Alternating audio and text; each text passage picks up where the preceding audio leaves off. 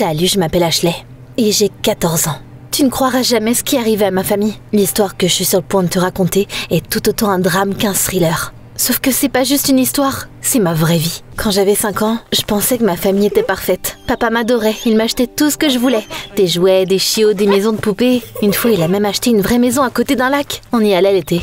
C'était le meilleur moment de ma vie. Maman était géniale aussi. Elle jouait à cache-cache avec moi, faisait des biscuits et riait de toutes mes pitreries. Mais ensuite, tout a changé. Maman a commencé à passer tout son temps avec moi. Littéralement, tout le temps. Elle ne laissait pas papa me parler pendant plus d'une demi-heure. À chaque fois qu'il passait, maman se levait rapidement et me prenait avec elle. Ton père a changé. Ce n'est plus la personne que j'ai épousée. Je l'ai cru. C'était ma mère. Bien sûr que je la croyais. Papa et elle se disputaient constamment. Ils criaient, cassaient la vaisselle et claquaient les portes comme des personnages de film. Papa avait vraiment changé. Je le reconnaissais à peine. Il était de mauvaise humeur et irritable. Parfois, il s'asseyait dans le noir et regardait dans le vide. Quand il me regardait, j'avais des frissons dans le dos. Je comprenais pourquoi maman avait peur de lui. À ce moment-là, j'avais peur aussi. Une nuit, maman m'a réveillée. Chut, fais tes valises, ma chérie, on part, maintenant. Où ça? Pourquoi? Dépêche-toi. On avait failli réussir à sortir de la maison quand papa est apparu. Je n'oublierai jamais à quoi il ressemblait à ce moment-là. Sombre comme une ombre. Le lendemain, maman n'était plus là. Ne t'inquiète pas, elle est partie en voyage d'affaires. Mais maman n'a jamais travaillé. Elle a toujours été à la maison. Toujours.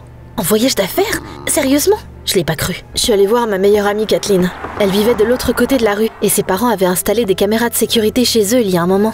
Ma mère a disparu. Je pense que papa lui a fait quelque chose. On a regardé les images de sécurité et ce qu'on a vu était complètement fou. Vers 2h du matin, une camionnette noire s'était arrêtée chez moi. Des gens en veste noire en sont sortis. L'un d'eux était chauve et avait l'air vraiment effrayant. On aurait dit que la scène sortait tout droit d'un film. Il a parlé à mon père puis... Ils ont tous les deux traîné maman dans la camionnette. Elle avait l'air shootée. Je ne sais pas comment le décrire autrement. Puis la camionnette est partie. Ashley, c'est bizarre. Tu dois en parler à la police. Mais j'avais trop peur de faire ça.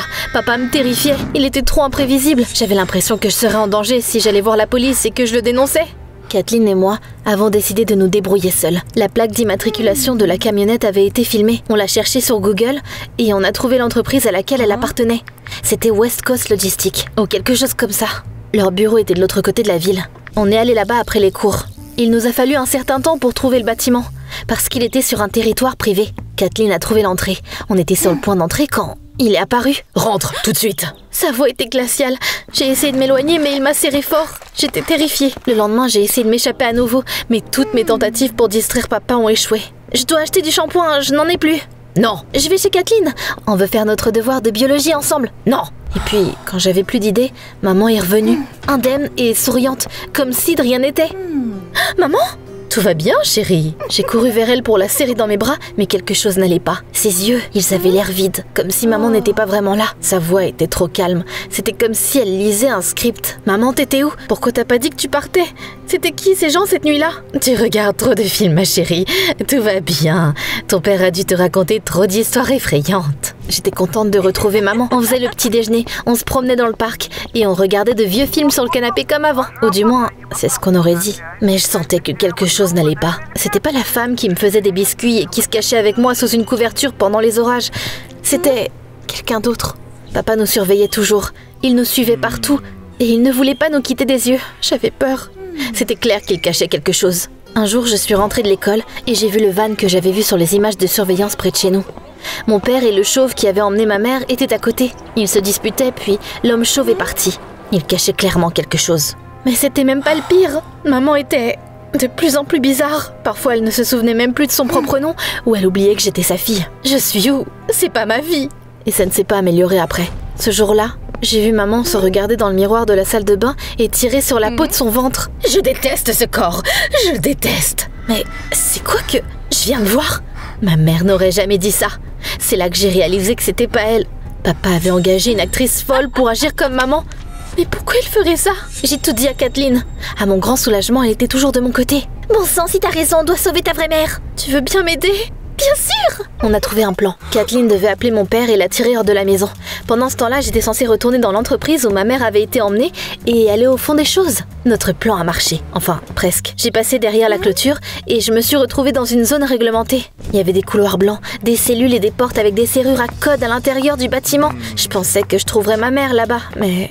Tu ne devrais pas être là. Elle Lâche-moi! Il a appelé papa. Elle est encore là, viens la chercher. Papa est arrivé une demi-heure plus tard. Pourquoi tu ne me fais pas confiance, Ashley? Parce que tu mens. T'as fait quelque chose à maman, je te déteste. On est rentré chez nous et j'ai juste arrêté de parler à cette femme. Je pensais que si je l'ignorais, les choses deviendraient plus claires. Je ferais sortir ma vraie mère et on s'échapperait. Rien que nous deux. J'ai même commencé à économiser de l'argent. Je le cachais dans la doublure de mon sac à dos. Je réfléchissais également à comment m'échapper. Je pensais que je pouvais sauver maman. Puis, les choses sont devenues vraiment bizarres. Une nuit, je me suis réveillée quand quelqu'un m'a couvert la bouche avec sa main. J'ai sursauté, terrifiée. C'était l'actrice qui se faisait passer pour ma mère. Chut, Ashley, on doit y aller. Tout de suite, il se cache derrière un masque. Il contrôle tout. De quoi tu parles?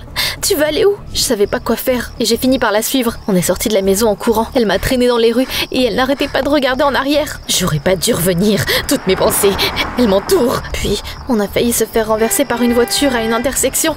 J'ai crié. Puis papa est sorti de l'obscurité, a attrapé ma fausse mère et l'a retirée de la route. Qu'est-ce que vous faites? Elle criait comme un porcelet fou. On est rentré à la maison. Papa a enfermé l'actrice dans une pièce. Ashley, je dois te dire quelque chose. Je sais à quel point tu aimes ta mère et je l'aime aussi, mais... elle est malade. Elle peut être dangereuse pour elle-même et pour toi. Elle a besoin d'aide, tu sais. Je savais pas quoi dire. Et puis j'ai regardé par la fenêtre et j'ai vu une camionnette qui s'arrêtait à nouveau chez nous. Les gens au visage froid en sont sortis. Cet homme chauve était parmi eux. Ashley, ne leur fais pas confiance, je suis réelle. Ça va aller. À qui est-ce que je devais faire confiance? Papa?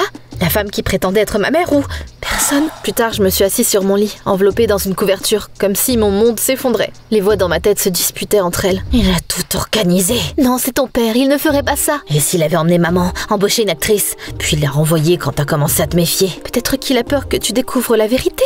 Respire, respire. L'anxiété m'écrasait par vagues. J'avais une boule au ventre. Papa était trop gentil, trop attentif. C'était comme s'il essayait de me distraire pour que je ne pose pas de questions. Mais je devais découvrir la vérité. Kathleen, j'ai encore besoin de ton aide. Je lui ai tout expliqué. À propos de l'actrice, de papa qui l'a mise à la porte et de mes soupçons. H, et si tu te trompais?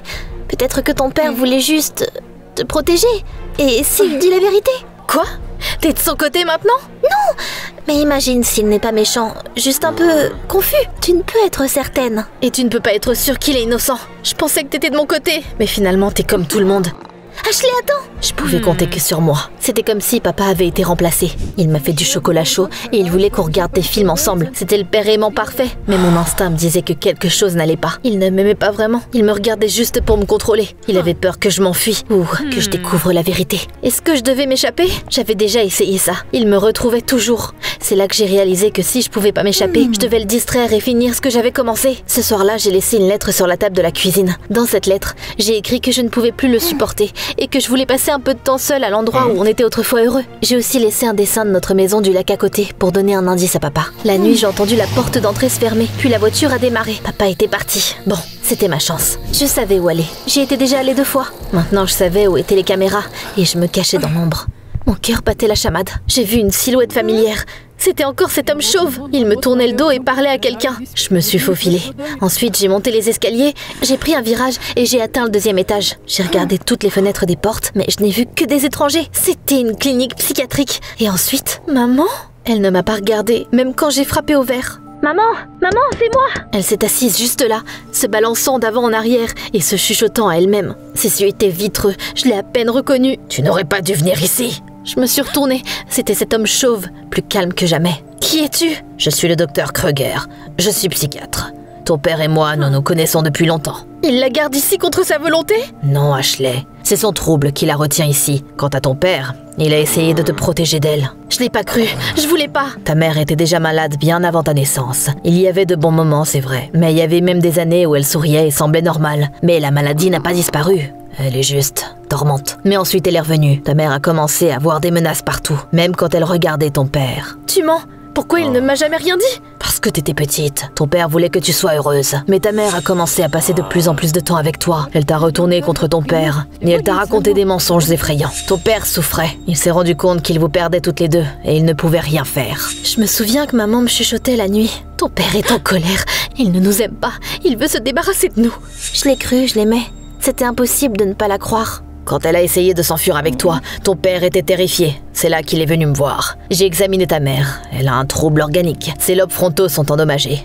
Elle détruit lentement sa personnalité, ce qui la rend vulnérable à la paranoïa et au délire. J'ai dit à ton père qu'elle avait un besoin d'urgent de traitement, qu'il lui faudrait peut-être des années pour aller mieux, et qu'elle ne se rétablirait peut-être jamais. Mais n'était pas d'accord, n'est-ce pas? Il l'aimait, beaucoup trop. Il l'a ramenée à la maison. Et il a essayé de prendre soin d'elle et de chercher des traitements alternatifs. Il a dépensé tout son temps et son argent à essayer de la récupérer, mais elle a continué à partir. Son anxiété, ses délires et sa paranoïa s'aggravaient. J'avais tellement peur et honte de la façon dont j'avais agi que je voulais disparaître. Après que ta mère ait encore essayé de s'enfuir avec toi, ton père a abandonné. Il m'a appelé et je suis passé la nuit. Ta mère était dans un état de psychose aiguë. On l'a amenée ici. Ton père a essayé de tout te dire, mais tu ne l'as pas cru. Et il n'a pas cherché à te convaincre. Il voulait juste être là pour te donner de la stabilité. Non, j'avais besoin de voir papa. Le plus tôt possible. Je suis sortie dehors en courant. La pluie tombait. Je roulais aussi vite que possible. Et je priais pour une seule chose, que papa aille bien. Je voulais m'excuser auprès de lui, pour lui dire que je connaissais la vérité, que je l'aimais et que je le croyais. Papa? Papa? Il n'a pas répondu. J'ai couru dans sa chambre, mais elle était vide. J'ai regardé dans la salle de bain et la cuisine, mais il n'était pas là non plus. Puis j'ai attrapé mon téléphone. Mes mains tremblaient. J'ai rapidement appelé papa, mais c'est un inconnu qui a répondu. C'est qui? Où est mon père? Ton père a eu un accident. Sa voiture est sortie de la route près d'une maison au bord d'un lac. Il a été emmené à l'hôpital. Le monde tournait devant mes yeux. Il avait perdu ses couleurs. Je ne me souviens même pas avoir couru à l'hôpital.